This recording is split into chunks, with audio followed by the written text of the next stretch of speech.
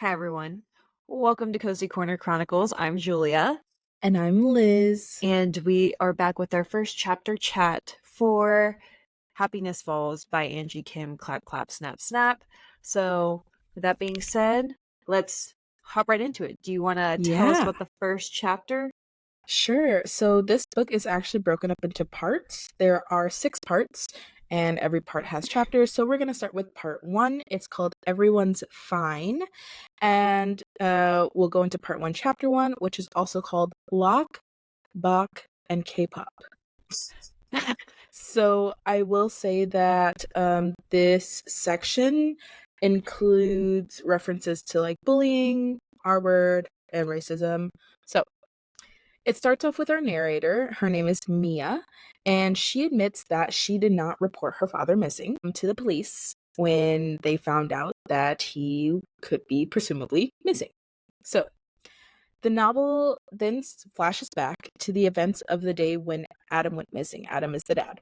So Mia is home from school because of COVID, and so they're quarantining at her parents' house.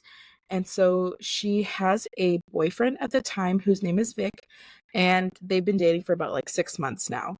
And so Mia looks out the window because, mind you, during this time, I believe she was on the phone with Vic. I think they were kind of arguing, going back and Yeah. forth.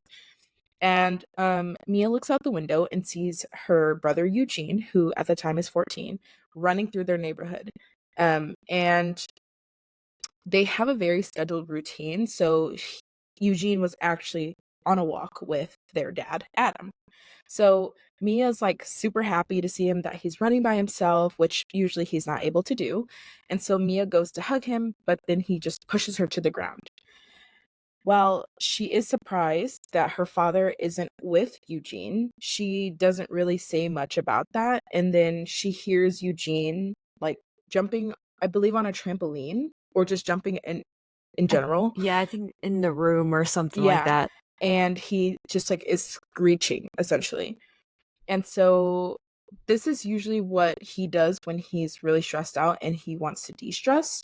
And so Mia's not just she's not really concerned about things that are going on.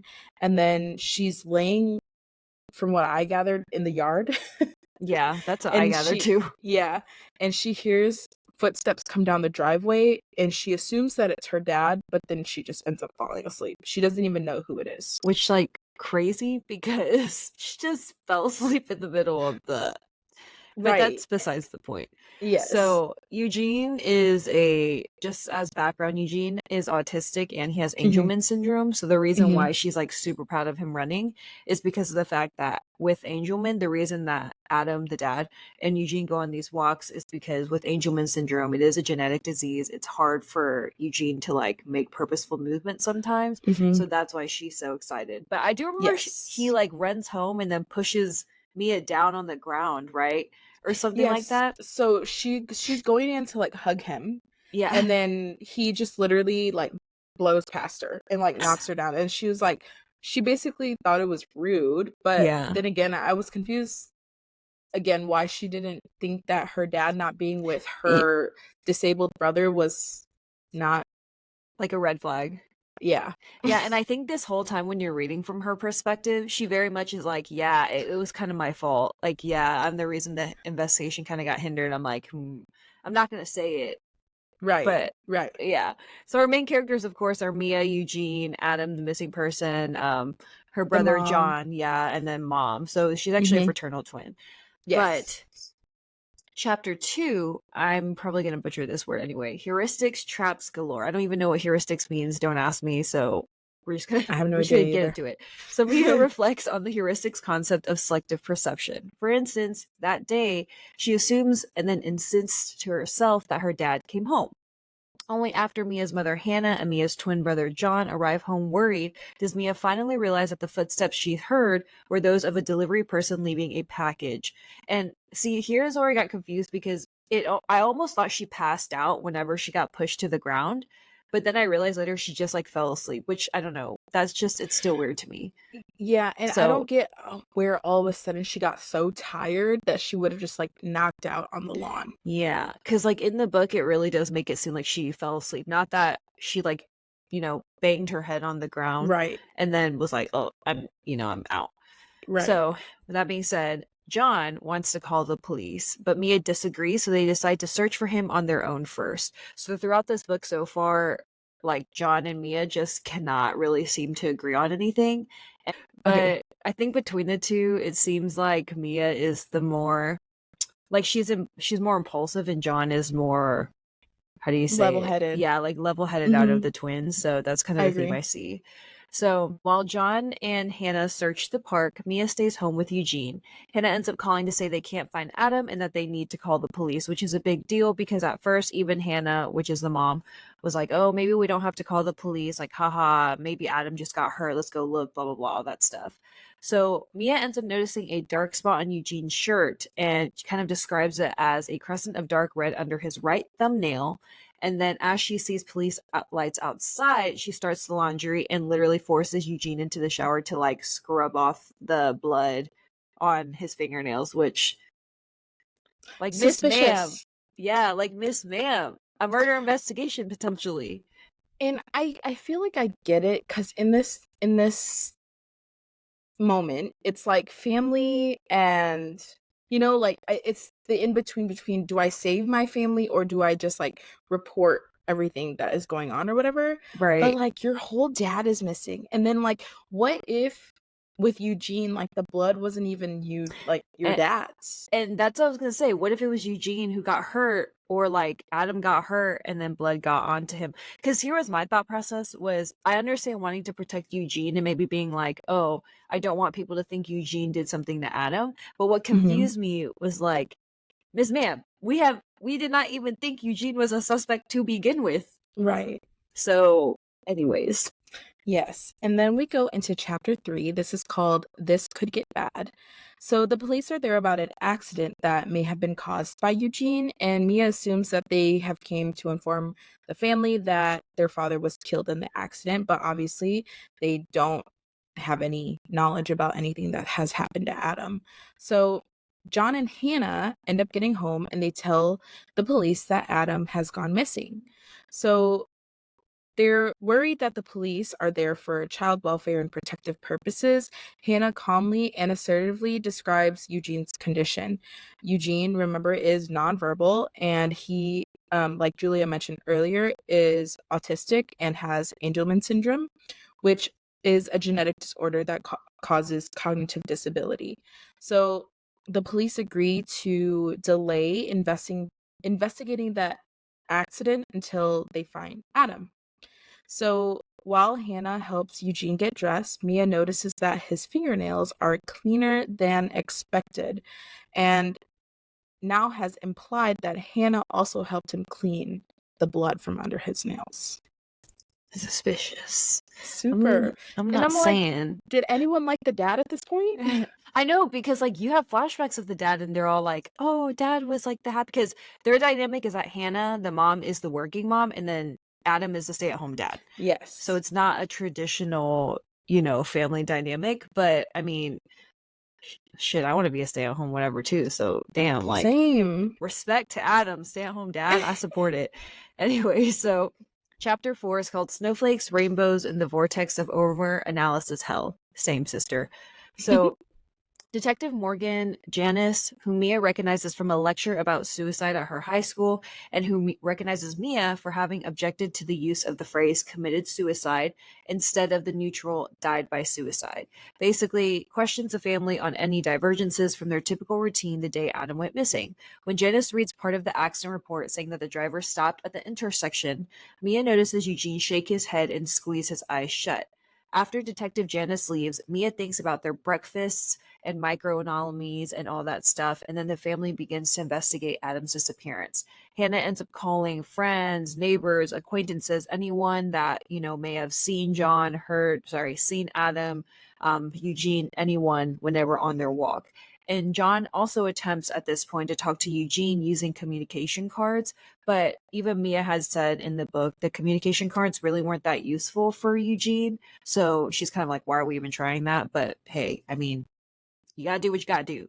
And so at the end, Mia ends up taking responsibility for trying to get all of John, sorry, I keep saying John, to keep all of Adam's digital stuff and trying to get the passwords, unlocking stuff to see if maybe there was a hint of if something was, left behind by Mm. Adam. And even the detective is kind of like, well, we gotta investigate this as maybe he wanted to dip. So, yeah. So she ends up finding sheets of paper to what she kind of assumes to be code. Like they don't really have. It's honestly just like a bunch of letters kind of jumbled Mm-hmm. up together. That's kind of what I read it as. And it's a series of questions paired with block letters and numbers. And Mia's like, what the hell is this? But on an external hard drive, she notices a PDF file for life insurance policy that's not in a folder, along with like a whole different folder that is labeled HQ, and all of these things have passwords on them. So she's like weird, suspicious, and she's like, I gotta crack this. Yes, and at this moment, I'm like, was the dad living a double life? I know. And even Mia said that she's like, was dad like a secret agent? I don't know. I feel like I was more cynical whenever I saw that. I was like, dad sus. Yeah, and then I'm like, is he even like gone? Right, exactly. So, I mean, maybe detective had something right. They were mad at the detective for being like, "What do you mean we're investigating this as like a Right, runaway?" Or like, "What do you mean that he didn't, he offed himself?" So I was like, I know, but the thing is maybe the detective's right. You don't know. exactly. So then we get into chapter 5, which is our last chapter, and I don't want to butcher this. Is it Requiem or I don't know. It's Requiem? either Requiem or I don't know. Requiem? I don't Requiem? know. Okay, we're gonna go with Requiem. So Mia wakes up, and she doesn't really remember anything that happened. And then she hears Eugene, like he makes the sound, and she calls it his original Requiem scream. And she's only ever heard it on 2 other occasions. So the first time she heard it was when Eugene witnessed their grandmother pass away from a stroke when they lived in Korea, and when he woke up that next morning. And so they all run into Eugene's room to find that the mom is comforting him. So Mia and John are arguing about the scream, and John is saying that he doesn't think that this scream is significant, when Mia's like, yes, it is significant. Like, this has happened before, and it only ever happened one time, again, with the passing of his grandmother.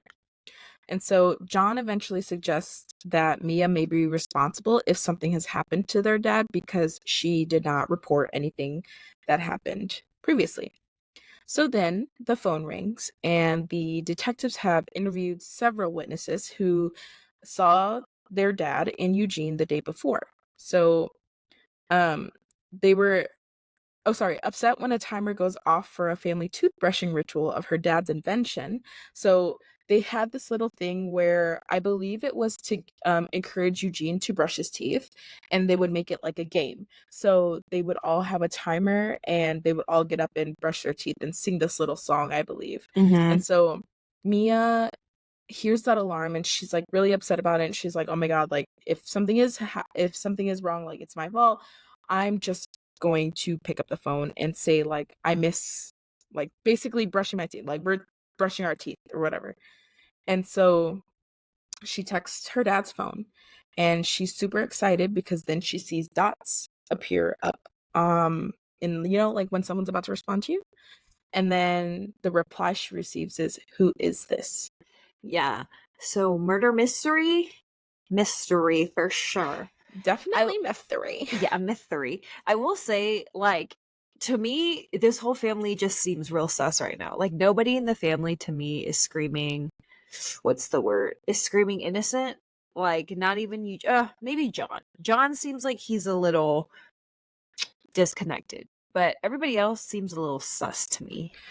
And honestly, okay, I guess it just kind of goes back to one, when Eugene came home, Mia helped clean him up. Okay. And she didn't clean him up all the way, but she did clean him up. Then the mom helped clean him up. So it was like, is it the mom and Mia like tag teamed up about this little thing? Because why didn't she report it? Right. And like we had said in a previous episode, I don't care if you're my family, I don't care who you are. If you murder someone, I'm reporting you. I'm not getting dragged down with you, okay? Like I didn't commit that crime, like you out. Yeah. And Here's my thing is, I mean, maybe obviously Eugene is going to be a key pivotal character in this novel because of the fact that he was the last person, or so we think, to have seen Adam. But Definitely. I'm just wary about everybody. Yeah, it's suspicious, and I think that I'm excited to read more and to see like how this all ties together because I think I'm still a little confused on Mia's character and her role Yes, in this because honestly, if I had an autistic brother and my brother showed up without my dad, I'm calling the cops immediately. immediately. Yeah. And I think also, so Mia has this thing where she talks about how she's a rambler. So she'll also digress into things and then come back to the main storyline. And to me, whenever that happens, one, you're probably lying about something. Mhm. And two, you're not helping your case, sister. And honestly, she's the main character of the book because it's coming from her point of view. So I mean, it leads me to believe maybe she'll be innocent, but at the same time, I trust no one. Okay. Yeah, we I already learned that from previous trust Yeah. nobody. So with that being said, stay tuned and we will Yes. tell you what happens next. Yes. Alrighty, bye. Bye.